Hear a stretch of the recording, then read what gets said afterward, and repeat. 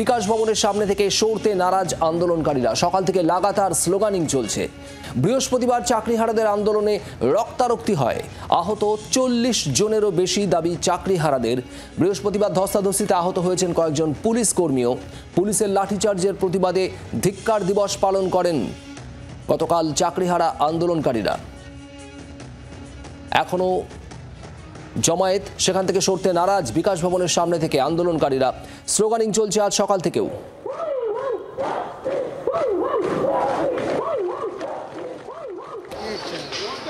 অয়ন ঘোষাল আমাদের প্রতিনিধি রয়েছেন সেখান থেকে সরাসরি। অয়ন, দুদিন পেরিয়ে গিয়েছে, কি পরিস্থিতি এই মুহূর্তে? আন্দোলনকারীরা কি বলছেন আজ?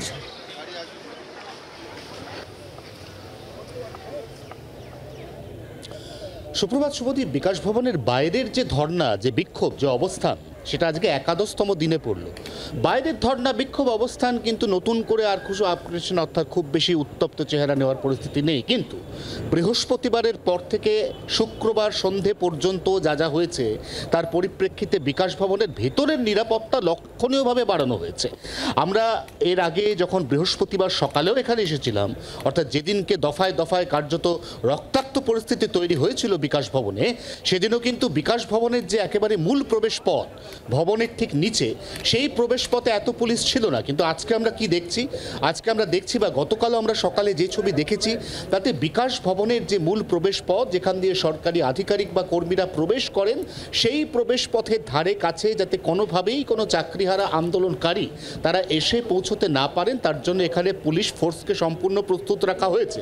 পাশাপাশি এটাও ঠিক, আজ শনিবার ছুটির দিন, অতএব বিকাশ ভবনের যে সরকারি কাজকর্ম, সেই সরকারি কাজকর্ম বন্ধ থাকবে।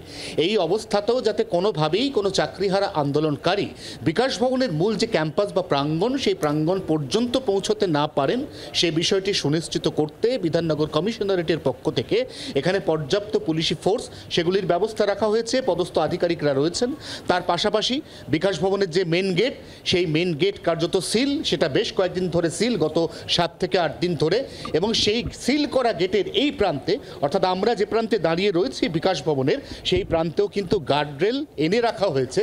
প্রয়োজনে সেই গার্ডরেল সেগুলি ব্যবহার করা হবে। সব মিলিয়ে বিকাশ ভবনের বাইরের এবং ভেতরের নিরাপত্তার এই ছবিটাই বলে দিচ্ছে যে বৃহস্পতিবারের ঘটনার পুনরাবৃত্তি রুখতে যে কোনো মূল্যে মরিয়া প্রশাসন। পাশাপাশি আন্দোলনকারীরা তারা আজকে একটু অন্য পন্থায় আন্দোলনের কথা ভাবছেন। তারা যেটা সকালে জানিয়েছেন জি 24 ঘন্টাকে, সেটা হচ্ছে আজকে 10টা বা 10:30টার পর তারা এখানে নিকটবর্তী কিছু স্কুলের পড়ুয়াদের আনবেন, তাদেরকে তারা এখানে পড়াবেন, ওপেন ক্লাস নেবেন গাছের তলায় রাস্তায় বসিয়ে, এবং তারা এইভাবে তাদের যে প্রতিবাদ, সেই প্রতিবাদ জানাবেন। এখনো পর্যন্ত বিকাশ ভবনের পরিস্থিতি সম্পূর্ণ স্বাভাবিক রয়েছে, এমনটাই প্রশাসন সূত্রে দাবি করা হচ্ছে। শুভদীপ। অয়ন, তুমি নজর রাখো। অয়ন, যে ছবিটা দেখাচ্ছে বিকাশ ভবনের সামনে, সেখানে এখনো প্রচুর সংখ্যায় আন্দোলনরত চাকরিহারারা রয়েছেন এবং আজ 10টার পর একটু অন্য রকমভাবে এই আন্দোলন করার ইচ্ছে রয়েছে তাদের। এবং সেখানে স্থানীয় কিছু স্কুলের পড়ুয়াদের নিয়ে এসে একেবারে বিকাশ ভবনের সামনে সেখানে বসেই তাদের পাঠদানের কর্মসূচি, অভিনব পদ্ধতিতে আজ আন্দোলন চালাবেন চাকরিহারারা। আমাদের নজর থাকবে সেদিকে।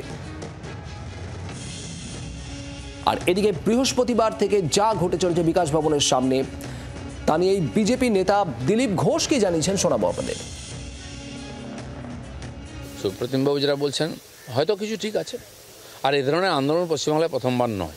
সহিংস আন্দোলন কমিউনিস্টরাও করতো, মমতা ব্যানার্জি করেছেন, এখন তার বিরুদ্ধে হচ্ছে, তার পরিণাম হচ্ছে পুলিশ তার কাজ করবে, সমালোচনা হবে।